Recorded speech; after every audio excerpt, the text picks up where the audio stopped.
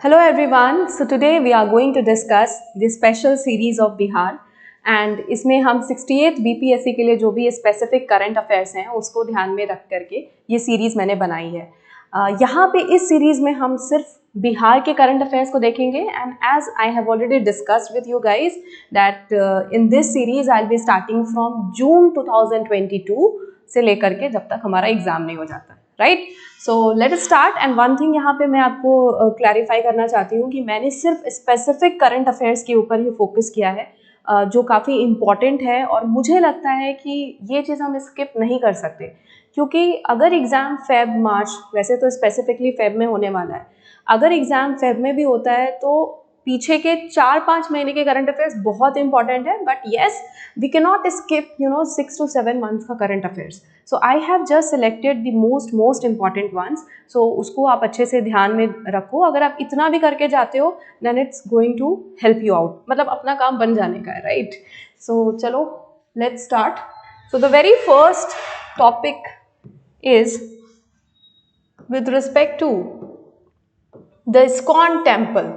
ठीक है, ISKCON temple जो है ये पटना में है। और क्यों इम्पॉर्टेंट है ये, why this is important and why it was in news, क्योंकि ये जो लार्जेस्ट श्री राधे बांके बिहारी का इस्कॉन टेम्पल है, इसने अभी रिसेंटली कंप्लीट किया है 12 ईयर्स। ठीक है, कहाँ पे है ये? वैसे तो ये पटना में बुद्धा मार्ग पे है, बट ये हमारे लिए इम्पॉर्टेंट नहीं है। इम्पॉर्टेंट क्या है कि इसको इट इज़ द 68th, ठीक है, ये हमें ध्यान रखना है कि ये 68th जो है इस्कॉन टेम्पल है एंड इसमें 84 पिलर्स हैं and this is build on the line of the famous Dwarkadhish temple. So यहाँ से आपको सिर्फ ये दो इंपॉर्टेंट पॉइंट्स को ध्यान रखना है। एक तो ये तो लार्जेस्ट टेम्पल है कंट्री का, और दूसरा इसको 68 टेम्पल है and this is built on the line of Dwarkadhish temple. Clear? I'll also show you the pictures for better understanding, ताकि आपको चीज़ें बहुत अच्छे से क्लियर हो।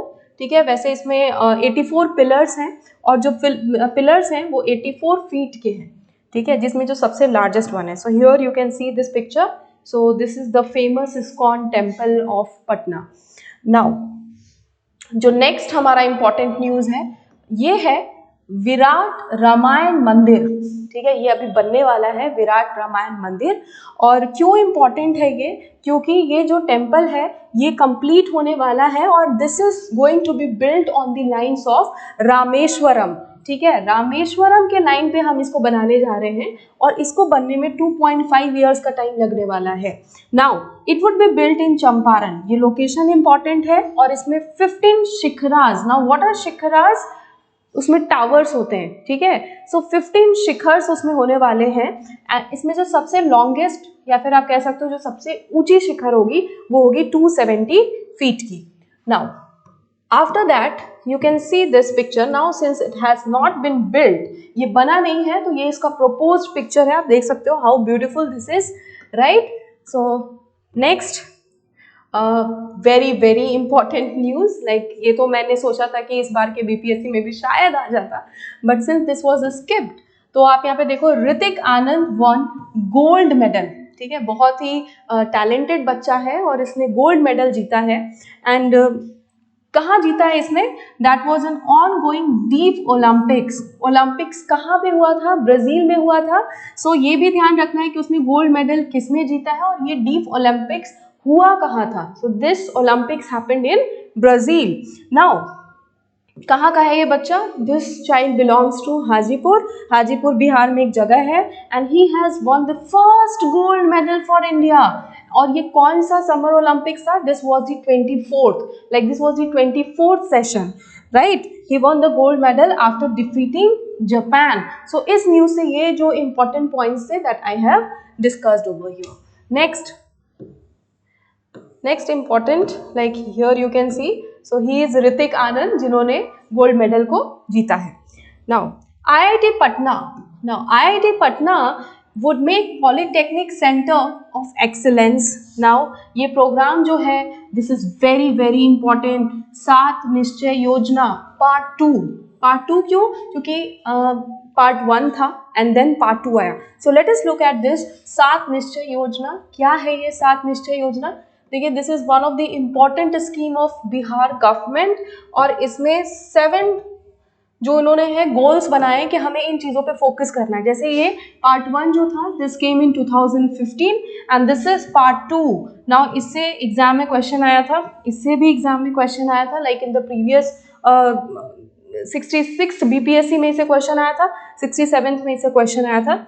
सो व्हाट इज दिस? युवा शक्ति बिहार की प्रगति, like we are focusing on the youth development, ठीक है, यूथ डेवलपमेंट पे फोकस कर रहे हैं हम।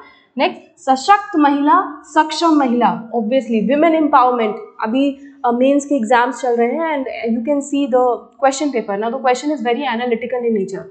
विमेन एम्पावरमेंट पे क्वेश्चन तो आता ही है, सो यहाँ से आप उस चीज़ को कोट कर सकते हो। नाउ, हर खेत को सिंचाई के लिए पानी, स्वच्छ गांव समृद्ध गांव, स्वच्छ शहर विकसित शहर, सुलभ संपर्कता, नाउ बेटर कनेक्टिविटी के लिए, राइट, देन सबके लिए स्वास्थ्य सुविधा, लाइक ये जो कहते हैं ना, these are the basic goals that need to be achieved for the better development. Okay, so बहुत अच्छी स्कीम है ये बिहार गवर्नमेंट की। 11 कॉलेजेस जो है इसमें डेवलप होने वाले हैं एंड 33 कॉलेजेस जो हैं वो एज ए स्पोक्स की तरह काम करेंगे। स्पेशल फोकस जो है इसमें वो एआई और IoT, robotics, drone technology, 3D electric vehicles और इन चीज़ों पे फोकस किया है। Now what is this AI and what is IoT? AI का मतलब होता है आर्टिफिशियल इंटेलिजेंस। आर्टिफिशियल इंटेलिजेंस क्या होता है? देखो, अगर मैं ह्यूमन ब्रेन की तरह मशीन को सोचने के लिए उसमें कुछ ऐसा एल्गोरिदम फिट कर देती हूँ, या अगर मैं उसमें इस तरह की प्रोग्रामिंग कर देती हूँ, so the machine will start working automatic. जैसे अभी आपके घर में आप वॉशिंग मशीन यूज़ कर रहे होगे, that is fully automatic washing machine, तो उसमें एक कॉन्सेप्ट आता है आपका फजी लॉजिक का। Now that fuzzy logic is AI, ठीक है। वो पानी खुद से ले रहा है, वो कितना उसको डिटर्जेंट चाहिए वो भी खुद से ले रहा है, उसको वॉश कर रहा है, क्लीन कर रहा है और फिर ड्राई करके फिर आपको बीप का साउंड दे रहा है। Now that is artificial intelligence. AI का यूज डिफरेंट फील्ड्स में हो रहा है। Next we talk about IoT. इससे यूपीएससी में क्वेश्चन आया था। What is IoT? Internet of things. What is internet of things? See students, internet of things जो है, जैसे मान लो अभी मैं इंस्टीट्यूट में हूँ, बट मैं चाहती हूँ कि मेरे घर जाने से पहले मेरे ओवन में मेरा खाना गर्म हो जाए, मेरे गीज़र का पानी ऑन हो जाए, and as soon as I reach my car मेरे कार का एसी जो है वो मेंटेन हो जाए। ये सारी चीज़ें जो है we can do with the help of remote, right, और वो कनेक्टेड होगा इंटरनेट के through. So sitting at your place, this is going to make your life easier. That is Internet of Things. Now ये सिर्फ एक example था and I believe this is the same question that was asked in civil services UPSC, right? So इन चीज़ों पे focus करके जो है ये सेंटर्स और हब्स बनने वाली हैं। Now we have National Waterway 1. देखो ये न्यूज़ में था national waterway 1 and this has been asked in BPSC का प्रीवियस ईयर का अगर क्वेश्चन पिक करके देखोगे, so this has been asked so many times. So अगर कोई चीज़ न्यूज़ में आ जाती है तो वो वैसे भी हमारे लिए इंपॉर्टेंट हो जाती है। Clear? So what is national waterway 1? So this is Ganga Bhagirathi Hooghly river system. Now very important 4 options होंगे, उसमें से आपको इसको टिक करना होगा। कहाँ से रन करता है ये? प्रयागराज से, यूपी, वहाँ से स्टार्ट होता है and it goes to Haldia in West Bengal, और पटना से होके फिर भागलपुर होते हुए फिर वो गंगे रिवर को क्रॉस करके निकलता है। So it is 1620 kilometre long, ठीक है, and this is the longest waterway in India, right. So this is the longest waterway India. Direct question भी पूछा जा सकता है। सो यहाँ पे आप मैप में देखो, सो this is your national waterway 1, ठीक है, ये आपका नेशनल वाटरवे 1 है। दिस इज NW1 और यहाँ पे आप देख सकते हो this is again another national waterway, this is national waterway 2, ये सदिया और ये इधर से जो निकलती है। नाउ ये जो है इधर से आपका ब्रह्मपुत्रा यारलुंग सांगपो, उसका नाम चेंज हो जाता है। सो या रिवर सिस्टम नहीं डिस्कस करते हैं। So next we have permanent centre for SDRF। Permanent centre for SDRF in Bihar. अभी इसको बोला है कि हम परमानेंट सेंटर बनाने जा रहे हैं स्पेसिफिकली उन एरियाज में जहाँ पे फ्लड बहुत ज़्यादा होता है। ना वाई दिस इज़ इम्पॉर्टेंट, जैसे कि आपको पता होगा कि अगर मैं बिहार की ज्योग्राफी को देखती हूँ, सो बीच से गंगा नदी जो है इसको 2 पार्ट में डिवाइड करती है, and this is your upland and ये आपका लो लैंड है। सो जब भी वाटर इधर से ड्रेन होता है तो ये जो है लो लैंड वाला एरिया क्या होता है, पानी से भर जाता है। इसमें क्या होता है कि फ्लड का जैसा सिचुएशन हो जाता है and every year like the people of Bihar faces a lot of problem, बहुत सारे प्रॉब्लम्स होते हैं। सो इस चीज़ को ध्यान में रखते हुए कि कैसे हम वो प्रॉब्लम को सही कर सकते हैं या फिर कितने हद तक हम इसको करेक्ट कर सकते हैं, लोगों को राहत जो है वो सही टाइम पे पहुंचा सकते हैं, इसके लिए हमें SDRF, now this SDRF is made on the lines of NDRF, that is national disaster response fund. So SDRF कब बना था ये इंपॉर्टेंट हो जाता है। So this was formed in March 2010 in Bihar along with the lines of National Disaster Response Force. Okay, so NDRF. Next, so that is a state and वो था आपका national. Now गंगा धाम, now गंगा धाम जो है अभी ये डेवलप होने वाला है, कहाँ पे, पटना में। देखो Sabalpur, now this is very important. Sabalpur जो है ये एक आइलैंड है, कहाँ पे, पटना और सोनपुर के बीच में, ठीक है, और इसको हम डेवलप करने वाले हैं एज गंगा धाम, ठीक है, इसी को हम क्या करने जा रहे हैं, डेवलप करने जा रहे हैं एज गंगा धाम। सो इसमें की पॉइंट्स की अगर हम बात करें, सो 101 मीटर की स्टैच्यू बनाने वाले हैं हम मदर गंगा की, and that is going to be installed in Sabalpur. So this can be a potential question, ये क्वेश्चन आपको सीधे भी पूछा जा सकता है। इसके अलावा इसमें क्या चीजें हैं, देखो नॉट ओनली दिस, यहाँ पे हम एक एक्वेरियम भी बनाने वाले हैं, एक गंगा का म्यूजियम भी बनाने वाले हैं, एक रिलीजन कन्वेंशन सेंटर भी बनाने वाले हैं। So we are focusing on, मतलब पूरा उस एरिया को हम एक गंगा जो रिवर है उसके ऊपर, या फिर गंगा माता जी जो हैं उनको ध्यान में रखते हुए उस पूरे एरिया को एज ए रिलीजियस सेंटर हम डेवलप करने वाले हैं। So this is going to be a important one, right. Now in Bihar we have a very good model of panchayati election system, और इसको बंगाल, दिल्ली, चंडीगढ़ ऑलरेडी अडॉप्ट कर चुकी है। क्या होता है इसमें, हम बायोमेट्रिक अटेंडेंस लगाते हैं OCR टेक्निक के थ्रू, ताकि हम बोगस वोटिंग और जो भी क्रिमिनल एक्टिविटीज़ होती हैं या फिर किसी भी तरह का बूथ को लेकर के जो भी इश्यूज होते हैं उसको हम सॉल्व कर सकें। So yes, Bengal is going to adopt. Now Lakhandei river, now this is going to be very important question. देखो जब भी ऐसा होता है ना कि कोई रिवर है वो अचानक से गायब हो गई है, अचानक से फिर क्या होता है, वो रिवाइव होती है। So this is a trend that is followed in UPSC as well, और डेफिनेटली स्टेट PCS में भी ये काफ़ी इंपॉर्टेंट हो जाता है, क्योंकि बिहार में ये रिवर जो है रिवाइव हुई है। सो व्हाट इज दिस, कहाँ से निकलती है ये नदी, देखो लखनदेई रिवर जो है ये सीतामढ़ी, ठीक है, सीतामढ़ी इज अ प्लेस, और वहाँ से ये जो है वाटर रिसोर्स डिपार्टमेंट ने बोला है कि ये जो रिवर है ये डेड हो गई थी। क्यों डेड हो गई थी, ड्यू टू सिल्टेशन, ठीक है। कहाँ से ओरिजिनेट हो रही है ये, दिस ओरिजिनेटिंग फ्रॉम छोटी भसर ऑफ सोनवर्षा ब्लॉक, ये इंडो नेपाल बॉर्डर पे है, और फिर आगे ये बागमती रिवर को ज्वाइन करती है। Now this is very important, इसका टोटल लेंथ कितना है, तो इसका जो टोटल लेंथ है वो है 170 किलोमीटर। सो 2-3 चीज़ें आपको ध्यान रखनी है, कहाँ से ये रिवर ओरिजिनेट होती है, कहाँ पे ये रिवर जाके किस मेन रिवर से जाके ये मिलती है, इसका टोटल लेंथ कितना है। Clear, only 3 points you have to keep in your mind.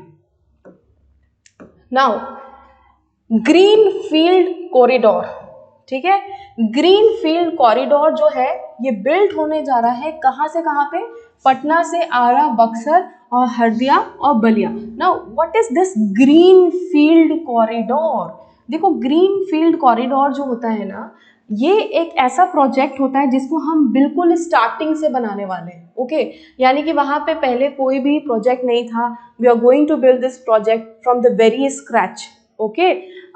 Highways बनाए जाते हैं नॉर्मली, या फिर उस एरिया को डेवलप किया जाता है, और इस तरीके से डेवलप किया जाता है कि वहाँ के जो रहने वाले लोग हैं उनको कोई दिक्कत ना हो, और हमारा जो प्रोजेक्ट है वो डेवलप हो जाए।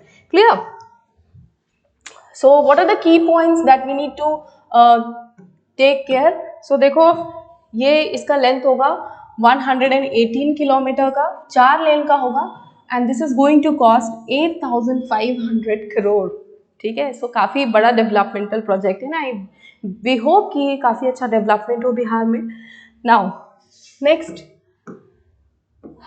Now this is very important news, Rabindranath Thakur, ठीक है। So Maithili great singer and poet, ठीक है, मैथिली के एक बहुत ही बड़े सिंगर और एक बहुत ही बड़े पोइट जिनका नाम है Rabindranath Thakur. He passed away on 18th of May 2022। So देखिए, जब भी कोई बहुत ही प्रोमिनेंट पर्सनालिटी अगर वो पास होते हैं या फिर उनका जन्म दिवस होता है या फिर उनकी कुछ भी इम्पॉर्टेंट अगर इवेंट्स होते हैं उनके लाइफ से, तो वो हमारे एग्जाम में काफ़ी इम्पॉर्टेंट हो जाता है। और he was 86 year old when he died and he has given a lot of contribution to Mathili and the different fields in poetry and cinematography. So he belonged to Pune district और इनका सबसे जो important literature है, ठीक है, that was he directed Ayurveda की अमर कहानी, ठीक है। बाकी इनके लिटरेचर्स चाहे तो आप ध्यान रख सकते हो या फिर इम्पोर्टेंट नहीं है उतना।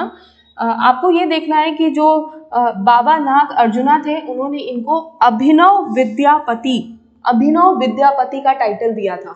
सो this is going to important. या तो हो सकता है ये क्वेश्चन पूछ दे कि इनको अभिनव विद्यापति का टाइटल किसने दिया था, या फिर ये भी पूछा जा सकता है कि रविंद्रनाथ ठाकुर को देयर विल बी 4 ऑप्शंस किसका टाइटल दिया गया। सो वहां पे आपको ध्यान रखना है। Now he was awarded Prabodh Sahitya Samman, Mithila Ratna Samman and Mithila Vibhuti. So these are the 3 important जो अवार्ड्स हैं, या फिर आप कह सकते हो इनको एक स्टेटस दिया गया कि हाँ जी, आप प्रबोध साहित्य सम्मान से नवाजे गए हैं, आप मिथिला रत्न सम्मान से नवाजे गए हैं, और इसके साथ ही आप मिथिला विभूति के तौर पे जाने जाने वाले हैं, right. So yes, now next we have Korean style Buddhist temple to open in Bodh Gaya. Okay, अब यहाँ पे अगर आप देखो तो यहाँ पे एक पॉइंट है Jogye order. So this is South Korea का largest Buddhist order. Now what is order? देखो, इंडिया में अगर मैं बात करूँ, so we have temple building के लिए स्पेसिफिकली 2 ऑर्डर्स होते हैं। एक होता है आपका द्रविड़ा और दूसरा होता है आपका नागरा, ठीक है। सो नागरा स्टाइल जो होता है ये नॉर्थ इंडिया में फॉलो किया जाता है। जैसे नॉर्थ इंडिया के आप जो भी टेम्पल्स को अगर देखो ध्यान से, तो उनका एक डिफरेंट स्ट्रक्चर होता है, एक डिफरेंट डिज़ाइन होता है, पिलर्स और जो भी उनका प्रदक्षिणा पथ होता है वो ऑल टुगेदर डिफरेंट होता है। अगर हम कंपेयर करें द्रविड़ा आर्किटेक्चर जो कि साउथ इंडिया का है, ठीक है। सो इंडिया में मेनली वी हैव 2 ऑर्डर्स। इसके अलावा एक वेसारा स्टाइल भी होता है which is a mix of south and north. So उसी वही ऑर्डर के टर्म पे अगर हम देखें तो जो कोरियन स्टाइल है उसके लिए हमारे पास है जोग्य ऑर्डर, और इसी के लाइन पे हम बनाने जा रहे हैं यहाँ पे temple. Now this temple is a part of Jogye order that is 1 million vows assembly initiative, ठीक है। इसी इनिशिएटिव के अंडर हम इसको डेवलप करने जा रहे हैं। So here you can see this picture. Now this is a very beautiful temple as you can see, and this is going to be developed. Now Sher Shah Suri महोत्सव। So शेरशाह सूरी जो है ये बहुत ही important emperor थे, and yes, he has played a very important role in Bihar. So Sher Shah Suri महोत्सव जो है ये ऑर्गेनाइज हुआ था टूरिस्ट डिपार्टमेंट के थ्रू, और इसीलिए ही वॉज इन न्यूज़ में ना रहे तो भी इम्पॉर्टेंट है ये बीपीएससी के लिए। सो शेरशाह सूरी की अगर हम बात करें, so his original name was actually Farid Khan, ठीक है। ऐसा नहीं कि उनका स्टार्टिंग से ही नाम था शेरशाह, ही अज्यूम्ड अ टाइटल, राइट। उनको ये टाइटल दिया गया when he defeated Humayun in 1540।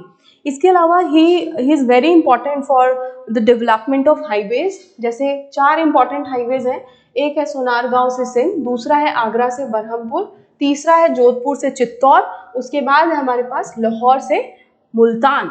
Not only this, he extended the Grand Trunk Road from Chittagong to Kabul. Now, Malik Muhammad जैसी पद्मावती मूवी आप सबने देखी होगी। So yes, he wrote Padmavat during his reign. Now, he built his own mausoleum in Sasaram, ठीक है। इनकी जो कब्र है वो सासाराम में है। Now, first art museum. Now this is going to be a very important news. So country का पहला क्राफ्ट म्यूजियम जो है ये पटना में बिल्ड होने जा रहा है, and it is almost completed. So build किया करा गया इसको 30 करोड़ के कॉस्ट पे, और इसका जो डिस्प्ले सेंटर कॉस्ट है that is 6.2 crore. Upendra Maharathi craft research institute ने इसको बनाया है। So this is a very beautiful place. If you are in Bihar, if you are in living in Patna, please go and visit. Like this is one of the most beautiful places of Bihar. So that's all for today's lecture, and these were the important current affairs from June month. Subsequently, we'll be doing the current affairs of July, then we'll be coming to August, September, October, November, and so on. Not only this, we will also be covering the MCQ series so that you can have a better understanding like how the questions are asked. So yeah guys, that's all for today, and I hope you like the lecture, and yeah, that's all for today. Thank you.